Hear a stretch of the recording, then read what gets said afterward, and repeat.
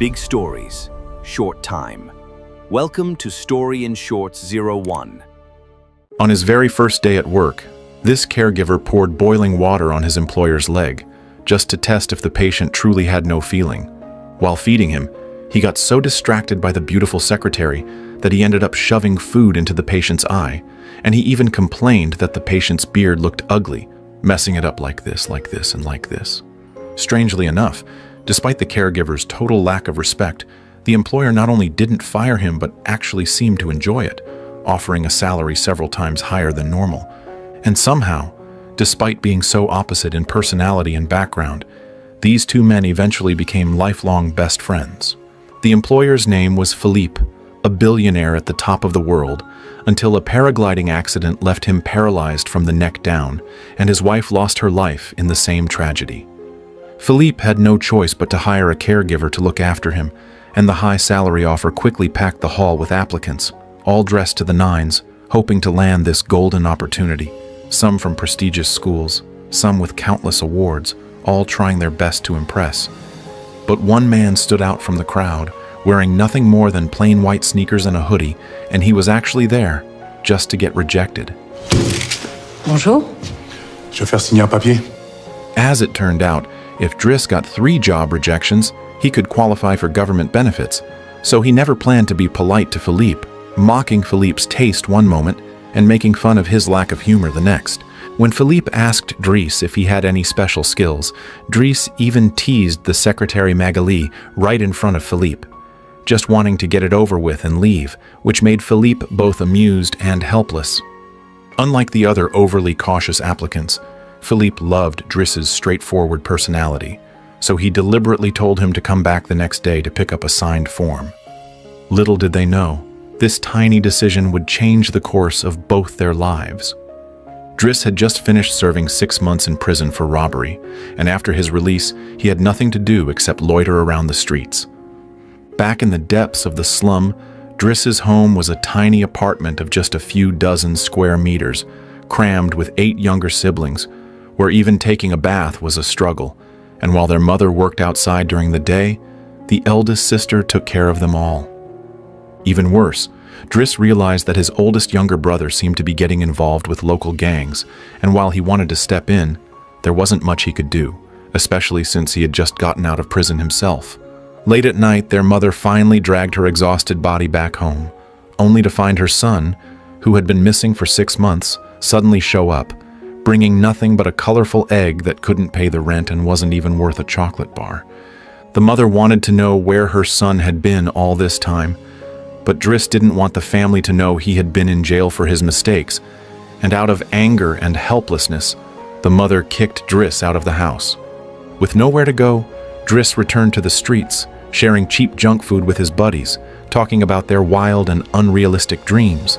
But as the night grew colder, one by one, his friends left, leaving Driss shivering in the cold. As the midnight air of Paris was thick with the smell of Kleinland, Driss could no longer endure the freezing night, so he used his last bit of change to board a train, sleeping under the heater vents, and finally made it through to the first light of dawn. He rushed to Philippe's mansion, just wanting to pick up the rejection letter and leave. But the housekeeper Yvonne instead gave him a grand tour of the luxurious estate, every room spacious and extravagant, with busy servants bustling around. What Driss envied the most was the bright, spotless bathroom. After all, back home, even stretching his legs in the shower was impossible, so this place felt like heaven to him. Meanwhile, Philippe was undergoing physical therapy, and as Driss grabbed the signed rejection letter ready to leave, Philippe suddenly spoke up. Bon, je veux dire, ça vous gêne pas de vivre sur le dos des autres? Ça vous pose pas un petit problème de conscience? Ça va, merci, et vous? Philippe liked Driss's natural sense of humor and decided to offer him a 1-month trial period. Driss naturally didn't protest too much because who could say no to a perfect bathroom and a 2-meter-wide luxurious bed for free? However, since Driss had absolutely no caregiving experience, accidents kept happening, and on the very first training day, he fell sound asleep in class. Later, when Driss transferred Philippe into a wheelchair, he thought he had done a good job, but he almost dropped Philippe onto his own ankles. While helping Philippe take a bath, no matter how hard he tried, the shampoo just wouldn't foam up, until Yvonne reminded him he was using foot cream on Philippe's head. Finally, when it was time to get dressed, Philippe needed to wear compression stockings to promote blood circulation, and Driss thought they were way too girly. But even though he kept complaining, he still carefully helped Philippe put them on. However, when it came to putting on the white gloves for personal hygiene, Driss finally exploded, because Philippe couldn't control his bowels, and the caregiver had to assist him in the most personal ways, which was Driss's last boundary. Je fais un pas vers vous, faites un pas vers moi. Arrêtez là avec cette histoire de vider le cul là. Je crois que j'ai compris. Rather than a caregiver, Driss felt more like Philippe's right-hand man, although he was often unreliable, and he had a habit of sneaking glances at the secretary Magali. Whenever Magali walked by during meals, Driss would be so distracted that he ended up feeding food straight into Philippe's eyes. To test whether Philippe really had no feeling, he even experimented with boiling water. At night, when Philippe wanted to answer a phone call, Driss just casually handed him the phone, completely forgetting that Philippe couldn't move his arms. Because of Driss's carelessness, a lot of hilarious chaos ensued. Yvonne even found a stun gun and a knife in Driss's bag, making everything seem even more worrisome. That day, Philippe wanted to visit an art exhibition, but as soon as they opened the caretaker van, Driss refused because he didn't want to stuff Philippe into the car like an animal. Lifting the cover off the nearby car, Driss found a Maserati and thought it would be a shame not to use it, so he decided right then and there to let Philippe rediscover the speed and excitement he had lost for so long. But just as the car reached the gate, there was a private car blocking the way, and Philippe said the neighbor was a repeat offender who wouldn't listen no matter how many times they complained. But Driss didn't think so. The etiquette and politeness that high society couldn't avoid were easily solved by Driss in a simple and direct way. Later, Philippe and Driss arrived at the art gallery, and Philippe stared at a piece of artwork that looked like blood on a white cloth for a long time. Driss knew nothing about art, and when he learned that this broken painting actually cost 30,000 euros, he immediately jumped up and said if Philippe gave him 50 euros, he could make countless more blood-stained paintings on the spot. Driss was always cheeky, and when Philippe wanted a piece of chocolate, he actually said, Pas de bras, pas de chocolat. Driss joked without any filter, but it was exactly this that made Philippe feel so relaxed. Philippe's friends warned him that Driss had just gotten out of prison, always carried dangerous items, and had a tendency toward violence, saying that people from the slums had no sympathy. Souvent, il me tend le téléphone, tu sais pourquoi? Parce qu'il oublie. The relationship between Philippe and Driss was very delicate. Everyone else respected Philippe's status and wealth too much, and now that he was disabled, they treated him even more cautiously. But with Driss, Philippe could laugh and joke, almost forgetting his own situation. It was like a true friendship from the heart, something Philippe had never experienced even when he was healthy. However, Driss wasn't as rough as he seemed on the surface. That night, when the pager sent out bursts of wailing sounds, Driss rushed into the room and found Philippe already sweating all over. It was a side effect of the medication, and Philippe usually endured it alone every time. But Driss said nothing, just kept wiping Philippe's sweat with a towel, using his cool hands to help lower Philippe's temperature, carefully staying by his side until Philippe finally felt better. To prevent another incident, Driss simply took Philippe out to get some fresh air. Driss pushed Philippe through the streets of Paris at 4 in the morning, and Philippe told Driss that this was called phantom pain, saying he felt like a cold steak being thrown into a hot pan, that even though his body had no feeling, he could still feel the pain. Driss asked if there were any ways to ease the pain, and just then, 2 beautiful women happened to walk by, making Philippe grin from ear to ear, and Driss instantly understood. Seeing Philippe start to twitch again, Driss first gave him a puff of smoke, then took Philippe to get a massage and helped him relax for a long time, something Philippe had never even dared to dream of after his paralysis. With Driss around, it felt like Philippe had grown a new pair of hands and feet, like he was living again. They talked all night long, and it was during this conversation that Philippe opened up to Driss. Philippe said he was raised to be someone admired by everyone, so he worked hard to get into a top university, met his wife during his school days, started his own company, and achieved financial freedom, truly becoming someone at the top of the world, envied by all. Philippe loved his wife deeply, but she had 5 consecutive miscarriages, meaning they couldn't have their own children, and had to adopt one to fill the void. Later, both Philippe and his wife fell in love with paragliding, drawn to the feeling of soaring above the mountains, able to release the pressures deep inside. But one bad weather day destroyed everything. Driss didn't know how to comfort him. At that moment, Philippe suddenly told Driss he had passed the probation period, and the first official task was to return that Fabergé egg. It turned out that Driss had pocketed the egg during his first interview, and it was a gift from the Russian Tsar to the Queen, something Philippe had bought at auction for his wife, full of sentimental value and worth a fortune. Even though Driss was stubborn with his words, he immediately contacted his sister to find out where the egg had been put. Besides Philippe, Driss's unruly humor also infected everyone else in the mansion, especially Yvonne, and Driss quickly noticed that Yvonne and the gardener had feelings for each other. It was around this time that Yvonne told Driss that Philippe actually had a female pen pal, and they had been writing to each other for 6 months without ever meeting or even hearing each other's voice. Philippe claimed he wanted a platonic love, but Driss understood that it was really because of his insecurity, that losing his hands and legs also took away his courage. So Driss picked up a letter and immediately spotted the phone number handwritten on the back by the pen pal, Eleanor, clearly a signal, but Philippe pretended not to see it. Driss dialed Eleanor's number without hesitation, and when he put the phone to Philippe's ear, Philippe tried to dodge, but the moment he heard her voice, everything felt natural again. As Philippe's hands and feet, Driss took that first step for him. After that, Philippe couldn't stop calling Eleanor, chatting with her anytime, anywhere, discussing poetry and art, finding that they had even more in common than through their letters, and most importantly, learning that Eleanor was a slender beauty weighing 52 kilos, not the dinosaur Driss had joked about. But at the same time, there was something that made Philippe anxious. Eleanor wanted to see a photo of him. Driss thought this was good news, as it meant she wanted to take their relationship further, and he told Philippe that he should be brave enough to send a photo of himself in the wheelchair and honestly explain his situation. Philippe agreed on the surface, but deep down his insecurity made Yvonne secretly switch the photo to one of him looking energetic and confident before his accident. Just after Yvonne finished switching the photo, Driss barged into the room, and she quickly hid the photo showing Philippe in the wheelchair. Driss had come specially to remind Philippe that his daughter Elisa was seriously lacking discipline. On Driss's first night at the mansion, he had already caught Elisa fooling around with a boy on the rooftop, and on regular days, she always wore a mocking expression.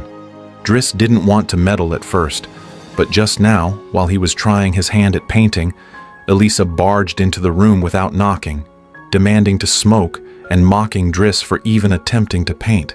Elisa always thought Driss couldn't even read, her arrogant and rude attitude completely inappropriate for a girl her age. Without realizing it, Driss had already become a part of this family, and he couldn't stand seeing the bad influences around Philippe. As days passed, Driss became more skilled in caregiving, and happiness and laughter became the main themes of their lives, and he no longer resisted wearing the white gloves. Philippe even bought Driss a tailored suit, and every morning they would have snowball fights together. Bathed in the sunshine, the dark clouds inside Philippe's heart gradually cleared away. Driss didn't want Philippe to keep living like a turtle, so he installed a motor on the wheelchair and took Philippe racing through the streets. Under Philippe's influence, Driss also began to take an interest in art, creating paintings he thought were pretty decent, although no one else really agreed. But with Philippe's clever marketing, one so-called artist actually paid 10,000 euros for one of Driss's paintings. Soon it was time for Philippe's birthday, and every year Yvonne arranged the same kind of event because Philippe loved classical music, and surprisingly, Driss had now developed a bit of an ear for it too. After Philippe had his fill of classical music, Driss pulled out his Walkman and blasted some upbeat pop tunes, and with Driss's cheerful dancing, everyone in the room started to dance along. Philippe was deep and weathered like classical music, while Driss was young and full of energy like pop songs. They were complete opposites and should have gone their separate ways, yet in the big stew of life, they miraculously became friends, learning from and relying on each other, making this the happiest birthday Philippe had ever celebrated in years. Before bed, Driss handed Philippe his birthday gift. It was a reply letter from Eleonore. Inside was her photo, even more beautiful than Philippe had imagined. And on the back was a note saying she hoped to meet next week at a cafe on the streets of Paris. Driss placed the photo at Philippe's bedside, then turned and left, wishing his friend sweet dreams. Philippe was both excited and worried. He hadn't felt this nervous in a long time, and he couldn't regain his confidence no matter how many outfits he changed into. Philippe was afraid that meeting face to face would ruin everything, because for a disabled person, a date felt like a gamble, but he still went, arriving several hours early. Meanwhile, Driss didn't go with him, because the night before, he had seen Philippe's daughter secretly crying in her room, and it turned out that the boy she had been with was just a jerk who abandoned her without any reason after having his fun. Viens par là. C'est pas bien ce que t'as dit, Elisa? C'est pas très joli? Quelle barre musculaire. Pas à moi, à elle. À elle, d'accord. D'accord? Then Driss drove to the bottom of a building where his mother was working upstairs, earning a cleaning lady's meager wage, yet she had sacrificed her own life to raise him with what little she had, and Driss wanted to repay her, but had no way to do so. At that moment, Philippe called, saying he needed to go out for some fresh air, and Driss realized Philippe was about to back out of the date, but this time, he decided to escape with Philippe, to take a break from the suffocating struggles of life. They boarded a private jet, and Philippe handed Driss the 10,000 euros he had earned, and Driss could hardly believe it. Maybe he really did have some artistic talent. The plane flew across the sky as if trying to reach the city in the clouds before dawn. It was the place Philippe had loved most, where he had flown countless times with his wife, and now he decided to come back one last time to say goodbye to the past. Driss was thrilled, experiencing a life he never thought he would touch. But as soon as they returned home, life hit Driss hard. His younger brother Adama appeared with a scar on his eye, having gotten into trouble with a gang. Driss immediately called his sister to calm the family down, and Philippe watched all of this silently, saying that Driss and Adama had very similar personalities. Driss told Philippe he was not actually his mother's biological child. He had been adopted at the age of 8 and had migrated here, during which time his mother remarried multiple times and had more and more children, until eventually even his own real name was forgotten and made up randomly. A broken family had been the pain of Driss's life, but now that he was grown, he didn't want to abandon his responsibilities, because as a man, he had to share the burden for his mother. Je crois qu'on va s'arrêter là. De toute façon, vous n'alliez pas pousser un handicapé toute votre vie, non? Driss had his own family too, and he couldn't stay by Philippe's side 24 hours a day. The next morning, Driss packed his bags, and Magali specially came to say goodbye. Even Yvonne was reluctant to let him go, and she returned Driss's resume to him, while Philippe simply watched from a distance without saying a word. When Driss went out, once again a car was parked at the gate, but this time he didn't resort to violence, instead gently reminding the man that parking here wasn't allowed, solving the problem with a soft voice for the first time. But when he glanced at the resume, he found a surprising photo. It was one Magali had accidentally tucked inside. Driss then took his brother back to their mother, successfully negotiated a truce with the gang, and realized he could no longer fit into his old circles. Thanks to what he had learned while staying with Philippe, Driss easily landed a new job, and with continued effort, his life gradually got back on track. Meanwhile, Philippe's life slowly began to unravel. Even though fresh breakfast was still delivered daily, the new caregivers all wore annoying white coats, spoke only in polite phrases, and handled him with mechanical caution as if following a textbook, cold and emotionless, constantly reminding Philippe that he was nothing more than a disabled man. Gradually, Philippe didn't want anyone to touch him anymore, and a messy beard covered his face. At night, when the phantom pain attacked again, the new caregivers didn't even dare to get close, stupidly asking what medicine he needed, until finally, Yvonne couldn't bear it anymore and told Driss about Philippe's condition. Seeing his old friend so lonely tore Driss's heart apart. Soon after, they were speeding wildly down the road, attracting the attention of the police. Driss bet that he could lose the cops easily, but the next second, they were boxed in and forced to stop. Then Driss bet again, saying that soon the police would not only let them go, but even escort them. When they got out of the car, the police pinned Driss down, but he claimed there was a patient needing emergency care, and Philippe immediately cooperated by pretending to foam at the mouth. With their superb acting skills and the wheelchair in the trunk as evidence, they actually managed to start speeding legally. Having someone who would still go crazy with you even into middle age was truly a rare blessing, and they drove all the way to the sea, where the vast ocean waves could always soothe the soul. To find such a soulmate in life was enough. A paralyzed billionaire and a reckless drifter, both sharing the same loneliness and feeling of being misunderstood. Just like the film's title suggests, Untouchable, Philippe's choice of Driss was both a reckless abandon and a form of self-redemption. These two people, who seemed destined never to cross paths, eventually became close friends and confidants, neither depending on the other, each maintaining their own independence and freedom. If you think about it in reverse, you will see the film's true meaning.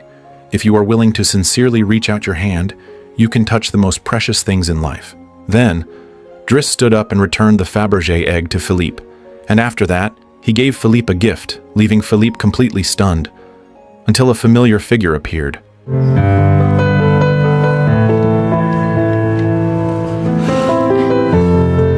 Even more precious was the fact that this film was based on a true story, with Philippe now living in Monaco, married with 2 daughters, and Abdel working as a company executive, married with 3 children. To this day, they maintain their deep friendship, watching the tides rise and fall together, marveling at the wonders of life.